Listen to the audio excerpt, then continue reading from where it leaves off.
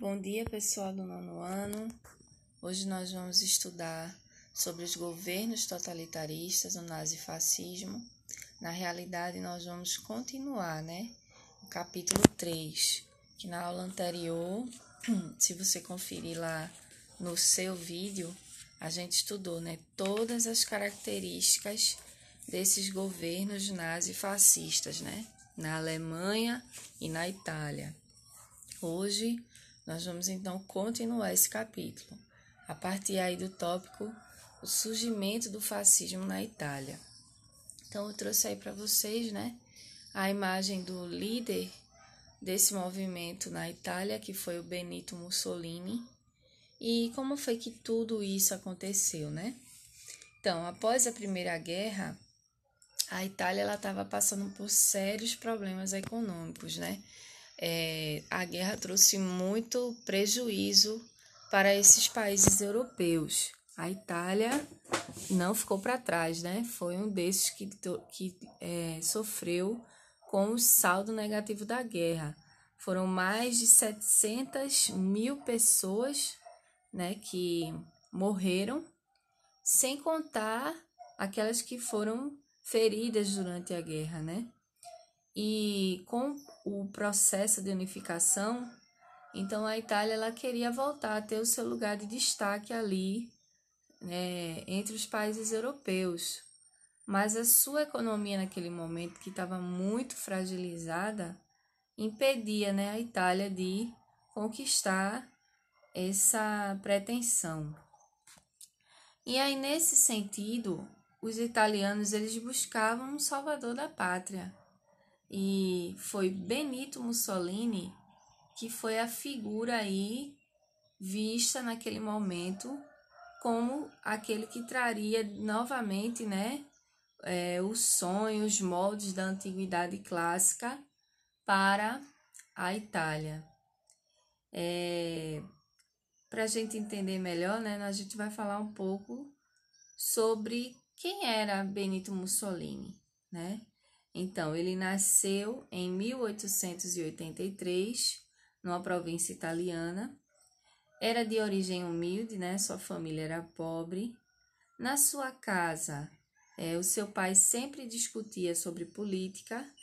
Isso acabou influenciando ele para uma ideologia mais esquerdista. No início do século XIX, ele passou a trabalhar em um jornal socialista e ele se alistou como voluntário, para o exército italiano. Ele via a guerra como algo dignificante, divino, que transformava meninos em homens de verdade. Isso está escrito lá no seu livro didático, na página 42, certo? No terceiro parágrafo aí, onde tem o surgimento do fascismo na Itália. Então, eu não recomendei no início, mas é bom você acompanhar a leitura com o seu livro didático, tá certo? Porque aí você acompanha comigo. E o que foi, então, o Partido Fascista? Foi um partido fundado, por Mussolini. O nome do partido era Face de Combatimento. E o emblema do partido é esse símbolo que vocês veem aí na tela de vocês, que é um feixe de varas e um machado. Isso aí é chamado de fácil. E o que é que ele simboliza, minha gente? Se a gente parar para pensar, uma varinha só, ela é fácil de quebrar, Facilmente quebrada. Você coloca um pouco de força e você quebra uma varinha quando ela está sozinha. Mas quando há um feixe de varas, aí é mais difícil de ser quebrado. Há várias varinhas juntas, vai exigir uma força muito maior para ser quebrado, Então, é justamente isso aí. O feixe, que representa a união do povo, e o machado que tem aí do lado, que representa a justiça do Estado. É isso que significa esse símbolo, certo? Então, o Partido Fascista ele teve apoio daqueles que se opunham ao socialismo, ao comunismo e ao anarquismo. E esses opositores viam nessas ideias fascistas uma forma da Europa se livrar dessa influência comunista que estava, né, no auge naquele momento. A Rússia já tinha passado pela Revolução Russa, os bolcheviques já estavam no poder, o Stalin, né, estava lá no poder, certo? E com tudo aquilo que estava acontecendo, né, a crise de 29 que viria pela frente, todas aquelas ideias ali comunistas, elas também iam chamar muita atenção, né, nesses países europeus, porque diante da crise de 29, a gente estudou já, né, já viu isso quando a gente viu a crise de 1929, que a Rússia ela não sofreu o impacto, porque naquele momento ela estava fechada ali, né, com o comunismo, com os planos quinquenais lá do Stalin, e ela não sofreu o impacto da crise de 29. Já esses países aí arrasados pela Primeira Guerra, que estavam já tentando se reerguer economicamente, aí com a crise de 29 vem outra avalanche, né? E esses homens, então, eles estavam sendo vistos ali como aqueles que salvariam a pátria. Então, o Partido Fascista ele passou a impor, né, a sua ideologia, e para isso eles usavam de violência, de muita violência, né? Eles contavam com um grupo paramilitar chamado Camisas Negras, e eles empregavam muita violência ali para impor as ideias do Partido Fascista. A Itália era uma monarquia parlamentarista. O rei era o Vítor Emanuel III e dirigia o país sem preocupação, né, com os apelos do povo. Mas como o momento ali era possível, né, um levante comunista, então ele via também no Mussolini um meio para chegar ao fim, né, essas ameaças comunistas, e ele então permanecer no poder. E ele vislumbrou uma ascensão ali do Partido Fascista como uma possibilidade. Mussolini então percebeu, né, que isso estava sendo favorável para ele se destacar no cenário político, e em 1922 ele organiza então a Marcha sobre Roma, onde ele exigia que o seu nome fosse indicado para primeiro-ministro italiano. E a gente sabe, né, minha gente, que numa monarquia parlamentarista, o rei, a figura do rei é mais representativa. Quem realmente governa é o parlamento. Se Mussolini ele se tornasse o primeiro-ministro da Itália naquele momento, ele ia ser tipo o presidente, né? Ele é que ia governar e dirigir de fato e de verdade a Itália. Então, nessa marcha, em frente ao Palácio do Rei, né, Vítor Manuel III, estavam 26 mil camisas negras e tinha aproximadamente 500 mil pessoas gritando ali para que Mussolini fosse, então, declarado primeiro-ministro da Itália, né? E não restou ao rei outra saída senão atender ao desejo ali da população. E ao assumir o poder, Mussolini implantou então uma ditadura forte que perseguia, prendia, deportava, matava todos aqueles que eram contra as suas ideias. E para ganhar o apoio dos trabalhadores, ele fez em 1927 a Carta del Lavoro, que dava garantias, né, aos trabalhadores, e também houve em 1929 o Tratado de Latrão, né, em que nesse tratado acabava-se a questão romana, que já se estendia aí de 1861 a 1929, com a criação do Vaticano, né? O Vaticano é o menor país que existe no mundo. Como é que foi que aconteceu essa questão romana? Né? Nesse período aí de 1861 a 1929, a Igreja Católica ela perdeu muitas terras, muito território, o que trouxe um descontentamento e começou então essa questão romana, certo? E para ganhar o apoio da Igreja Católica para as ideias fascistas, né? A ideologia fascista e tudo o mais que o Mussolini queria ali implantar na sua ditadura, então ele assina esse acordo, que é o Tratado de Latrão, com a Igreja Católica, e cede ali o território do Vaticano para o Papa, certo? Aí, a partir desse momento, a Igreja Católica ela passa a apoiar, então, o Partido Fascista também, certo? Agora vamos partir para a Alemanha.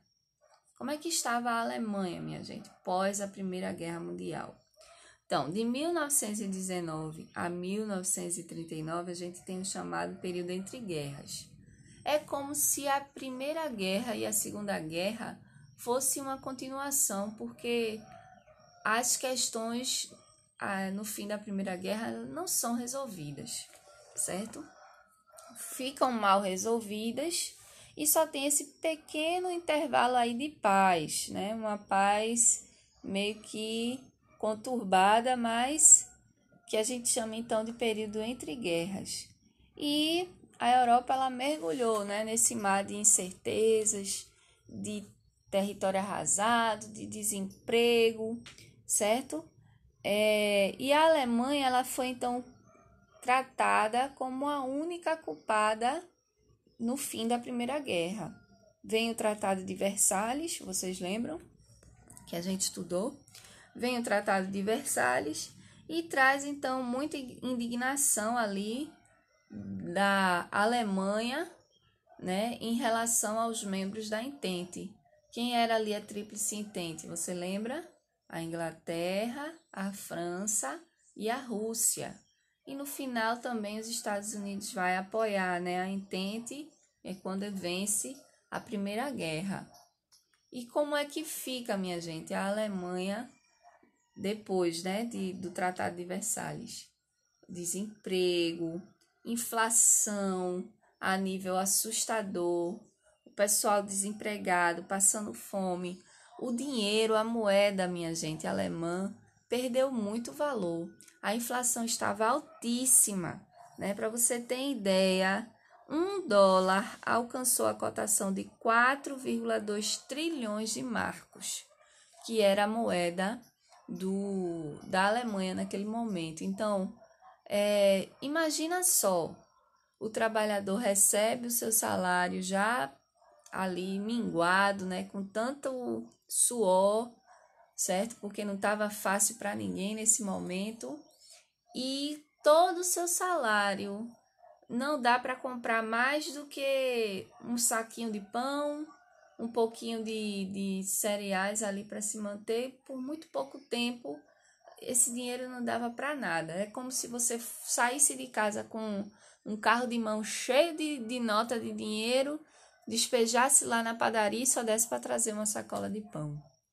Vocês estão entendendo o nível da inflação que estava a Alemanha naquele momento?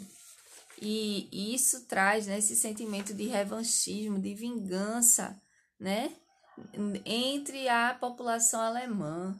Porque antes da Primeira Guerra, a Alemanha estava ali, ó, ascendendo, crescendo, né? E depois da Primeira Guerra, eles se encontravam nessa situação. E aí, minha gente, surge então o Hitler e o Partido Nazista, né?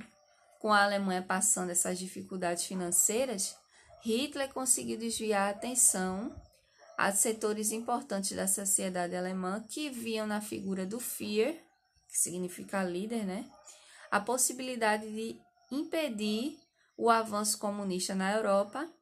E nesse contexto, então, quando Hitler ele é preso, ele escreve aí o seu livro. Você tem aí, primeiro, o símbolo nazista, né, que vocês sabem, e a segunda figura aí na tela é a capa do livro do Hitler, que é Mein Kampf, que significa Minha Luta.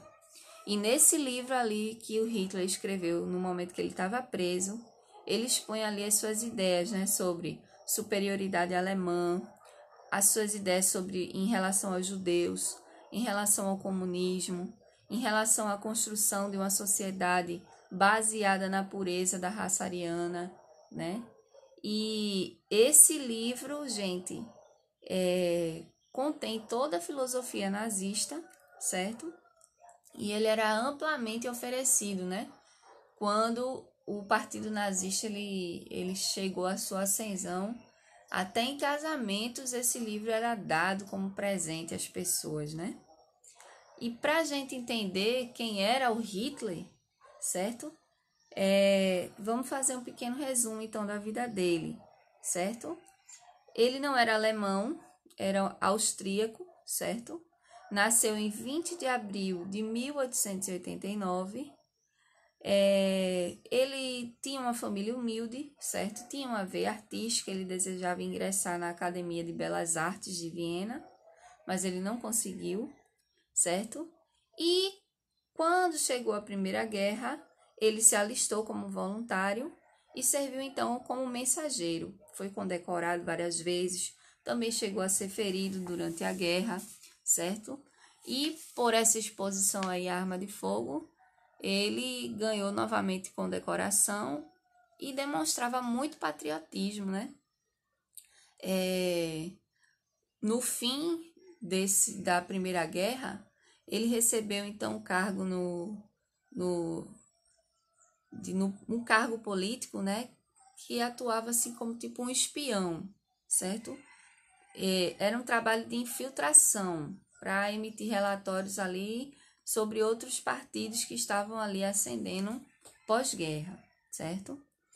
Em 1919, Hitler ele frequentou a reunião do Partido dos Trabalhadores Alemães. Ele se identificou ali com as questões, né, levantadas pelo partido. Entre as falas, se culpavam os judeus e os comunistas, né, pela perda na guerra. Se exaltava a necessidade de se buscar um espírito alemão para reerguer a nação. E Hitler, então, ingressou no partido como sendo seu 7º membro e mudou o nome do partido para Partido Nacional Socialista dos Trabalhadores Alemães. Vamos repetir o nome do partido? Partido Nacional Socialista dos Trabalhadores Alemães. E ficou conhecido ali como Nazi, que era a sigla, né? E nazista, aqueles que faziam parte desse partido. Então, depois, com a crise, né, gerada o fim, né, da Primeira Guerra Mundial, as ideias nazistas elas começaram a ter uma grande aceitação e Hitler ele acabou se transformando num verdadeiro porta-voz ali da população. Os seus opositores viam ele como louco, né? Mas outros o apoiavam amplamente. E, de uma certa forma, os Estados Unidos eles acabaram atrasando a ascensão de Hitler ao poder, porque os Estados Unidos eles injetaram bilhões, né, de dólares ali na economia alemã, porque eles foram contra o Tratado de Versalhes, eles acharam injusto o Tratado de Versalhes, e eles então investiram ali na economia alemã para reerguer a Alemanha, certo? Porque eles acreditavam que eles não deviam ser os únicos culpados, né, no fim da Primeira Guerra. E isso acabou retardando um pouco que Hitler chegasse ao poder, certo? Como foi que o nazismo, né, ascendeu? Então, em 1929, acompanha aí, gente, na página 44, certo? Onde tem o tópico aí, o nazismo em ascensão. Vamos ler comigo aí, acompanha, certo? O ano de 1929 foi economicamente terrível para o mundo, mas não para o partido nazista. Ele viu no crash da Bolsa de Nova York, né, na quebra, né, da Bolsa de Nova York, a possibilidade da ascensão, uma vez que os recursos direcionados à Alemanha pelos Estados Unidos diminuíram e a crise voltou à cena no cotidiano alemão. A campanha nazista criticava a economia liberal, afirmando que só um Estado forte, a Alemanha, poderia crescer.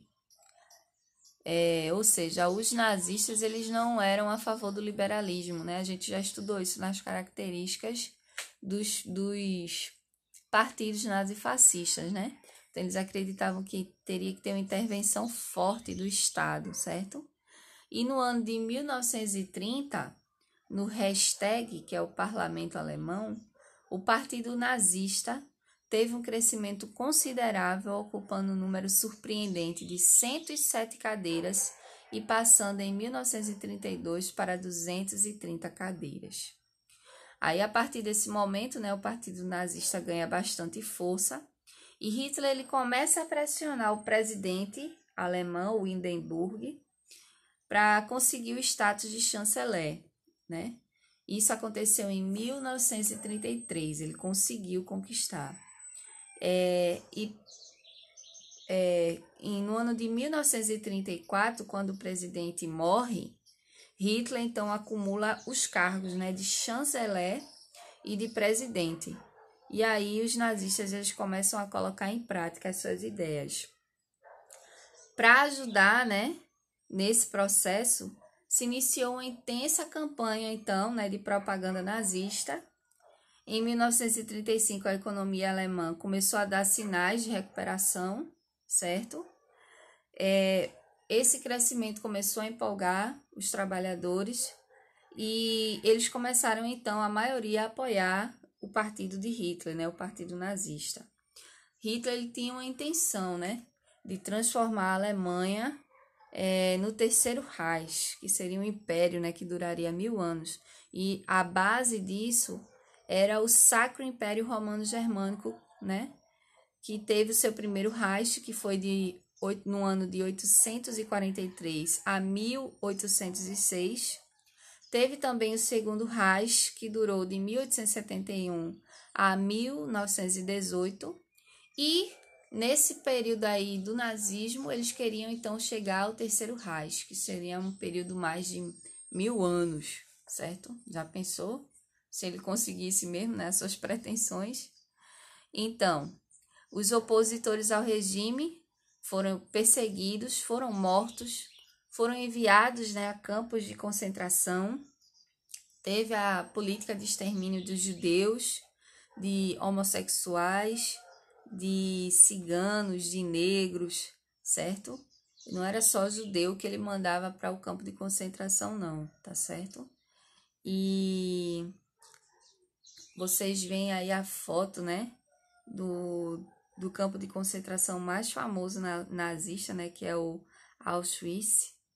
Não sei se eu pronunciei certo, mas vocês sabem com certeza, né?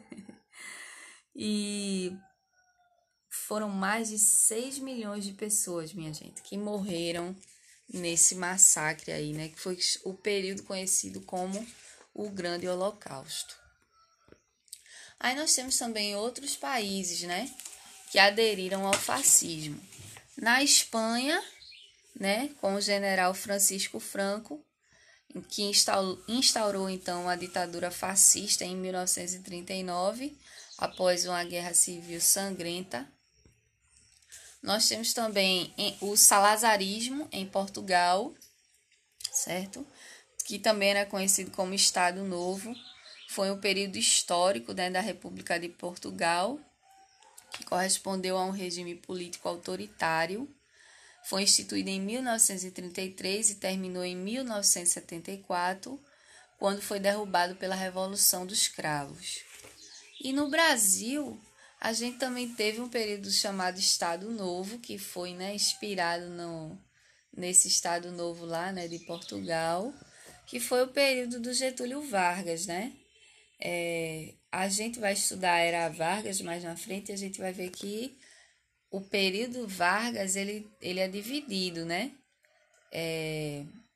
O período que ele esteve no poder é dividido, a gente vai estudar bem certinho. E entre 1937 a 1945 teve esse período chamado de Estado Novo, que foi essa ditadura que Getúlio Vargas instaurou aqui no Brasil, inspirada, né, no fascismo, certo? E foi uma ditadura, assim, bastante rigorosa, certo? Mas que também ele trouxe algumas ideias, né? Algumas, vamos dizer assim, vantagens, né, para os trabalhadores, coisas que a gente ainda não tinha aqui, certo? Leis trabalhistas e tudo mais. mas que com a Segunda Guerra Mundial, certo? Quando o Brasil entra na Segunda Guerra Mundial para lutar contra a Tríplice Aliança, certo? Para lutar então contra a aliança, não, minha gente. Peraí, deixa eu corrigir isso. Então, não é aliança, é o eixo, certo? A aliança é lá, tem a Entente e tem a aliança na Primeira Guerra. Na Segunda Guerra, então, vai vir dividido como eixo e também os aliados, né? Quem é que vai ser o eixo na Segunda Guerra? Alemanha, Itália e Japão, certo? Mas o Brasil, quando ele entra na Segunda Guerra, pressionado pelos Estados Unidos, mesmo ele tendo aí no seu governo, essa filosofia fascista também, certo? Na era Vargas, eles vão entrar na Segunda Guerra lutando contra esses regimes totalitaristas, contra o fascismo e contra o nazismo. Aí isso vai trazer um desconforto, né, para o governo nesse momento, porque vai se indagar o seguinte, né? Como é que você, Getúlio Vargas, está aqui com a ditadura fascista no Brasil e fora você está lutando contra ditaduras fascistas, né? Então, em 1945 acaba esse período aí do Estado Novo, né? Essa ditadura que foi instalada por Getúlio Vargas, que a gente vai estudar isso bem direitinho quando a gente for estudar a Era Vargas, tá certo? Bom, pessoal, a gente acabou o capítulo aqui, tava faltando a gente terminar, né? No outro vídeo eu pedi para vocês responderem, né, o livro didático, o primeiro quesito, né, da letra A até a letra E. E agora eu quero que vocês respondam o restante desse exercício, certo? O segundo, o terceiro, o quarto, o quinto e também respondam aí as questões do vestibular. Tá facinho, se você prestou atenção no vídeo, você vai conseguir responder sem preocupação, ok? Então, tenham todos um bom dia, uma boa semana, que o Senhor guarde vocês e dê saúde a vocês e a família de vocês, tá ok? Um abraço.